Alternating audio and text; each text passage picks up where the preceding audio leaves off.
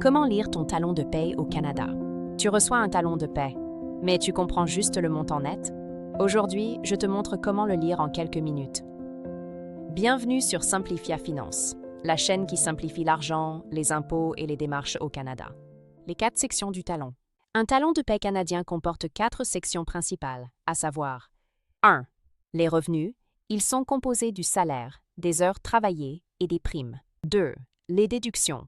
Elles comprennent les impôts fédéral, provincial, le régime de pension du Canada, le régime de rente du Québec et l'assurance emploi. 3. Les avantages imposables. Ils comprennent les assurances, le stationnement, etc. 4. Les cumulatifs annuels. Ils reprennent combien tu as gagné et payé depuis le 1er janvier. On commence par la première section du talon de paie, les revenus.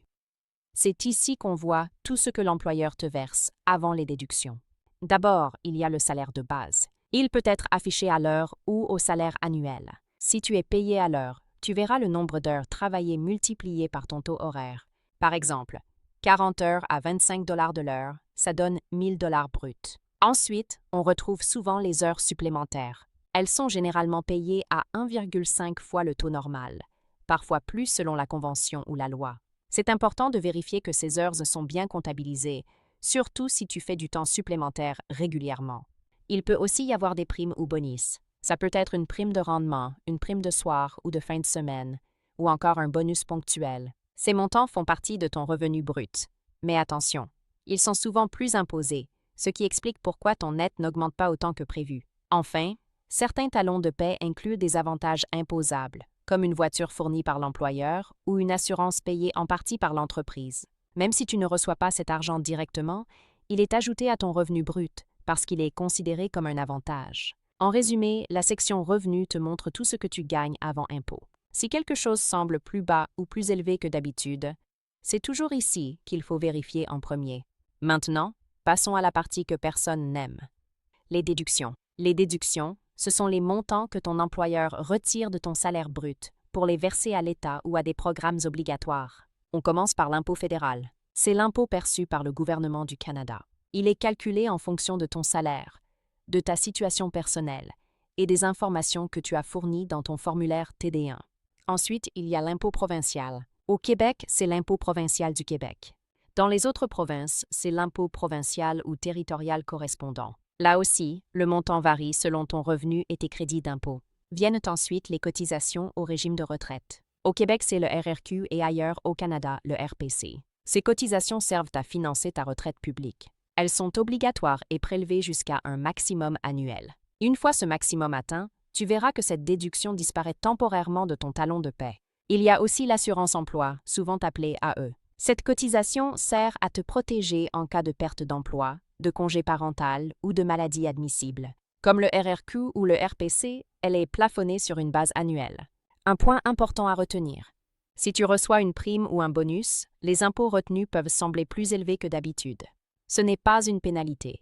C'est un calcul automatique basé sur l'hypothèse que ce revenu se répète toute l'année. En résumé, les déductions expliquent pourquoi ton salaire net est toujours plus bas que ton salaire brut. Mais elles servent aussi à financer ta retraite, ta protection sociale et les services publics. Parlons maintenant des avantages imposables. C'est une partie du talon de paie que beaucoup de gens ne comprennent pas ou ignorent complètement. Un avantage imposable, c'est un bénéfice que ton employeur te fournit, mais qui est considéré par l'État comme un revenu. Même si tu ne reçois pas cet argent directement, il doit quand même être ajouté à ton salaire brut pour le calcul des impôts.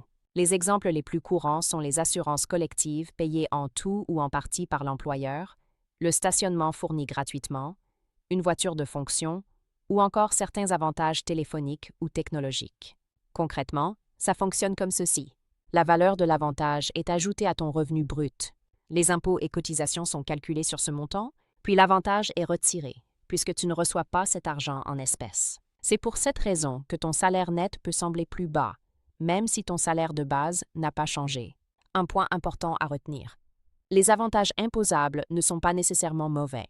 Ils peuvent représenter une économie réelle, comme une assurance ou un stationnement que tu n'as pas à payer toi-même. Mais il est essentiel de vérifier que les montants inscrits sont exacts. En résumé, les avantages imposables augmentent ton revenu aux yeux de l'impôt, sans augmenter l'argent que tu reçois dans ton compte bancaire. C'est normal, tant que les montants sont justes. Pour terminer, regardons la section souvent négligée du talon de paie. Les cumulatifs annuels. Les cumulatifs annuels te montrent tout ce que tu as gagné et payé depuis le 1er janvier jusqu'à la paie actuelle. C'est une vue d'ensemble qui s'actualise à chaque période de paie. Tu y retrouves d'abord le revenu brut cumulé. C'est la somme de tous tes salaires, heures supplémentaires, primes et avantages imposables depuis le début de l'année. Ensuite, tu vois le total des impôts payés.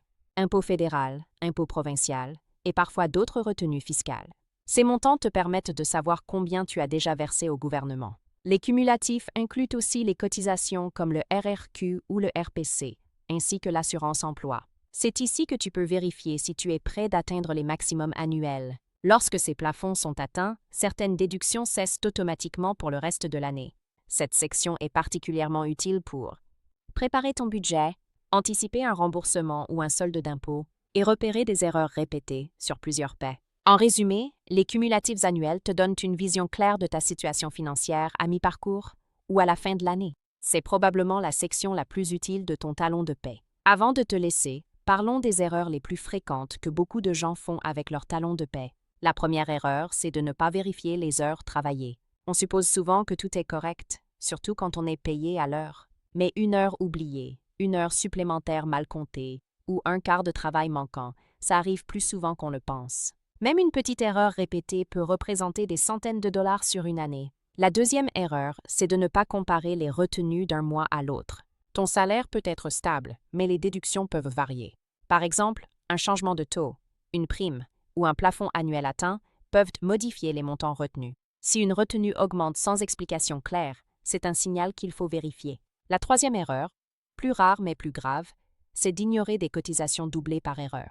Il arrive parfois qu'une cotisation comme le RRQ, le RPC ou l'assurance emploi soit prélevée 2 fois à cause d'un problème administratif ou d'un changement d'emploi mal traité. Ces erreurs ne se corrigent pas toujours automatiquement. Si tu ne les remarques pas, tu peux perdre de l'argent inutilement pendant plusieurs mois. En résumé, ton talon de paie n'est pas qu'un document administratif. C'est un outil de contrôle. Le vérifier régulièrement, c'est t'assurer d'être payé correctement, ni plus, ni moins.